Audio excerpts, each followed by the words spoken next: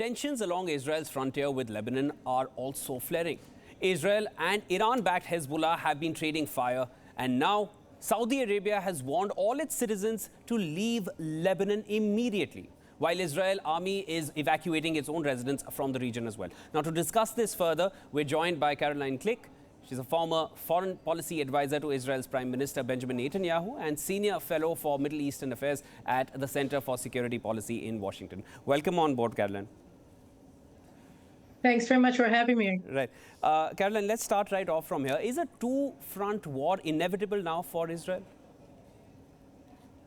I think that it's the wrong question. We've been in a two-front war from the outset. Actually, it began in the north this time because Hezbollah began penetrating our border and conducting cross-border raids and probes many weeks before Hamas invaded Israel and committed its atrocities against our people on October 7th. And since that day, Hezbollah has been gradually escalating its attacks on Israel with anti-tank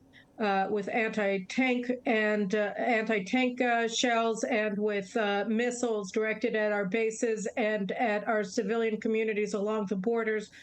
Several of our soldiers have already been killed in these attacks. Caroline, Iran has been giving warning after warning or threat after threat. Now, as you mentioned, that Hezbollah has not started aggravating the situation with Israel. Now it has been happening much before the October 7th attack by Hamas. Now, I just want to talk to you about the fact or the possibility of the Seas of Gaza and the stability in the wider West Asian region, how that can be affected with what Hezbollah is trying now. Will we see the current unrest spread across the wider West Asian region now that Hezbollah is practically getting involved, and other West Asian nations are already, like Saudi Arabia, they're issuing warnings against leaving Lebanon right away? Right. I saw a bunch of Western nations were also saying the same things to their nationals, and I think it's a good idea. But I think that, right now, we have to understand that this is an Iranian war against Israel. It's not Hamas. It's not Hezbollah. Hamas and Hezbollah are Iranian proxies. And the entire operation was planned and directed by Iran. They had several coordination meetings before October 7th. I think the most major one was in April. All of them took place in Beirut. And the planning and the training for the assault on October 7th, the Hamas operatives were trained in paragliding and other tactics that they used to massacre Jews on October 7th in Lebanon. So, Lebanon is a hub and Iran is the epicenter, and it's spreading out. So Iran is using its Shiite militias in Syria. The Houthi forces are also interested in getting involved in attacking southern Israel from Yemen. So we're seeing a lot of these different fronts, but they're all Iranian. And so this is Iran's war against Israel, and Lebanon is a very big threat because Hezbollah actually has firepower that is 10 times more powerful, at least, than Hamas. Hamas's missiles at Israel, they have, maybe 50, 60 kilograms of TNT.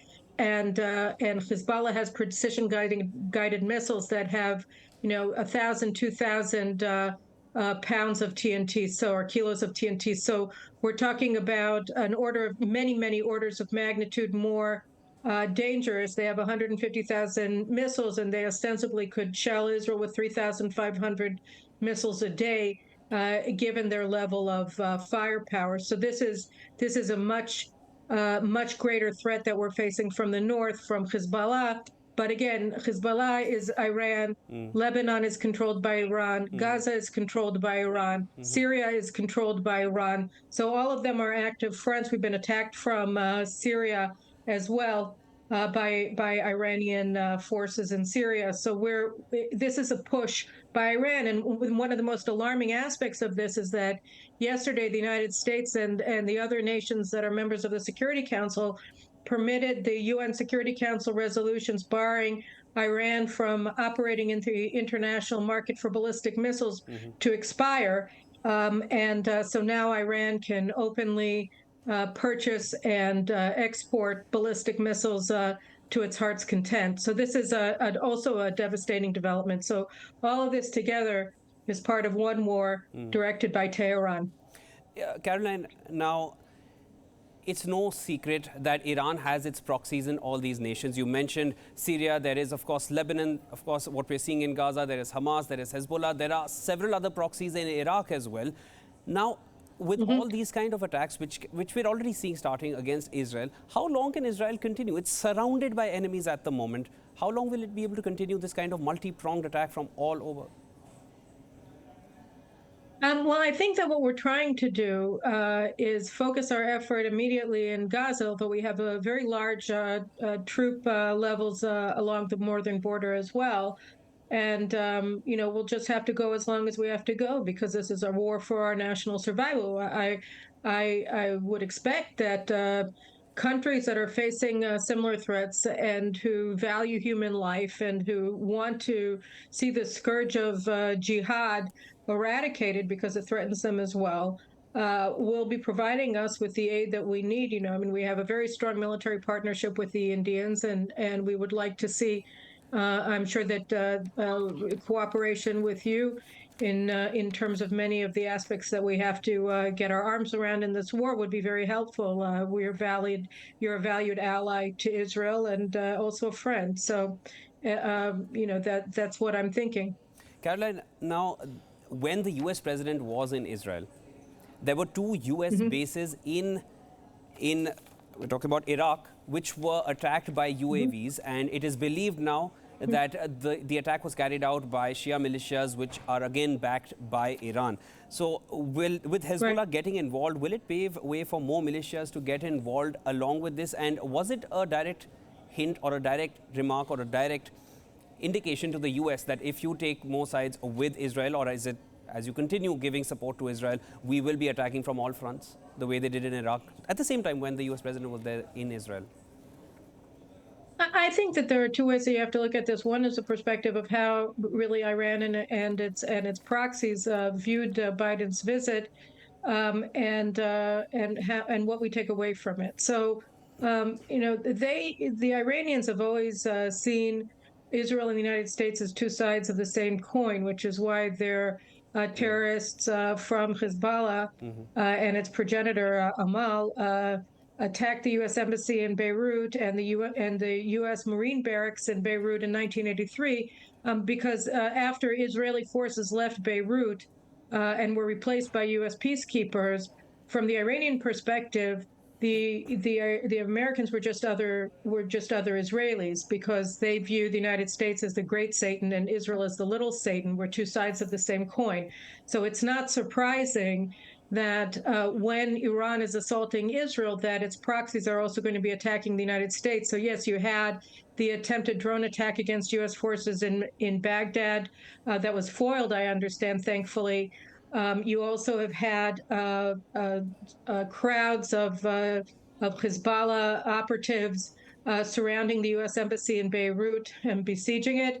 You also have the same scenes in Amman, Jordan. So I think, yes, what we're seeing is the way that they perceive, but they also see it as a show of force. The fact that Biden came to Israel and made these statements of solidarity, and there are a lot of aspects to his visit that I found extremely disturbing, and I'm writing an article about that today at the Jewish News Syndicate, jns.org, where I serve as senior editor. But there are a lot of aspects to that visit that are disturbing, but all the same, in the way that the image of Biden standing in Israel at this moment is translated in enemy societies is that, in fact, they're facing the combined force of the United States and Israel, and that does have some deterrent power.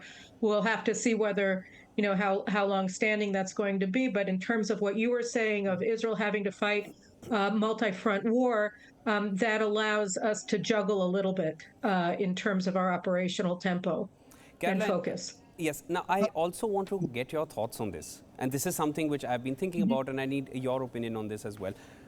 On one hand, we saw 3 leaders from Arab nations say no, cancel a meeting with the US president. Hardly does anyone cancel a meeting with the US president. We saw 3 leaders doing that. When the United States president is coming all the way to Israel and is willing to come to Jordan and meet with them, Now, on one hand, that happened, which gives the impression that the West Asian nations are snubbing the US. On the other hand, it took the US president to come all the way to Israel to get Egypt to open that Rafah border so that some humanitarian aid can cross through, because there has been a lot of resistance in taking any kind of refugees from Gaza. So I find there to be some kind of a dichotomy here. What is the stance of the Arab nations? Do they, on one side, they are sympathizing with the residents in Gaza, but on the other side, they do not want to take refugees either. Do you find some kind of dichotomy here, or is there a larger game plan? So I think that the answer to Sisi not wanting to bring in Gazans to Egypt makes sense, because I mean these are jihadists. You know, everybody refers to them as innocent civilians, but you know they're mobilized on behalf of Hamas. So it's like the German society under the Nazi regime, that they had to be denazified after the war because maybe they weren't participants, maybe they weren't combatants in World War II, but they supported the war effort. Because they were Nazis, and so it's the same thing. I mean, Hamas is an organic construct inside of Gaza, that it is supported by the civilian population, which also participated in the atrocities on October 7th. You had thousands of Gaza ostensible civilians coming in and looting and raping and taking women hostage and captive and back to Gaza to be raped. So you have a dual nature, that people refer to them as innocent civilians, but actually they're a supportive population. So Egypt outlawed the Muslim Brotherhood as a terrorist organization. All these people are aligned with the Muslim Brotherhood. So Sisi looks at them as a security threat to Egypt, and that makes sense, which is why, you know, I think what's most important is for countries that support Hamas, like Turkey, which is an operational headquarters for Hamas and has taken in a lot of Gazans. A lot of them live in Turkey. Same with Qatar, is the headquarters of Hamas. I mean, they're state sponsors of terrorism, and I don't know why they're treated as credible actors in the international community. But certainly at this point, if they care so much about the humanitarian situation in Gaza, then they should be telling al-Sisi, and the United States should be leaning on them to do this, that all that is requested is that of Egypt is that it be a transit point for these people to then exit the region and spend the war in Turkey or in Qatar or in Iran or wherever they want, but or any European country that's suicidal enough to want to bring them in. But the point is that you know, the answer to the humanitarian crisis, such as it is, I mean, the real humanitarian crisis, obviously, is the hostages that are being held in Gaza, and securing their release as quickly as possible really is the only priority for anybody who's truly concerned about humanitarian issues, because they're the only true victims here. And also, I just want to add to that you know, there have been several deaths of civilians, children, women, elderly, and that has happened on both sides, and that is definitely to be condemned. On both sides, we've seen those kind of deaths. Any kind of death which can never be condoned, can never be celebrated. But the deaths of civilians, at least a child or an infant, cannot be termed as a militant or a terrorist, and that is definitely to be condemned as well. I also wanted to ask. I agree, and I think that we just have to place the blame where it belongs. I mean, the author of all of this suffering is only Hamas; it's not Israel. And it's very important to make that point explicit, because Hamas is the reason why any of this is happening. It's the reason why Israel has to defend itself by coming in and dismantling the Hamas regime through military means, because, you know, obviously we can't peacefully coexist with this monstrous entity at our doorsteps that has just committed the sort of atrocities that we suffered on October 7th, and we continue to suffer through the suffering of our hostages and the missile volleys that are being shot into our cities every day. All right, Caroline, thank you so much for joining in and sharing all your insights on this. Thank that was Caroline Glick joining us, and for sharing all your insights. Thank you.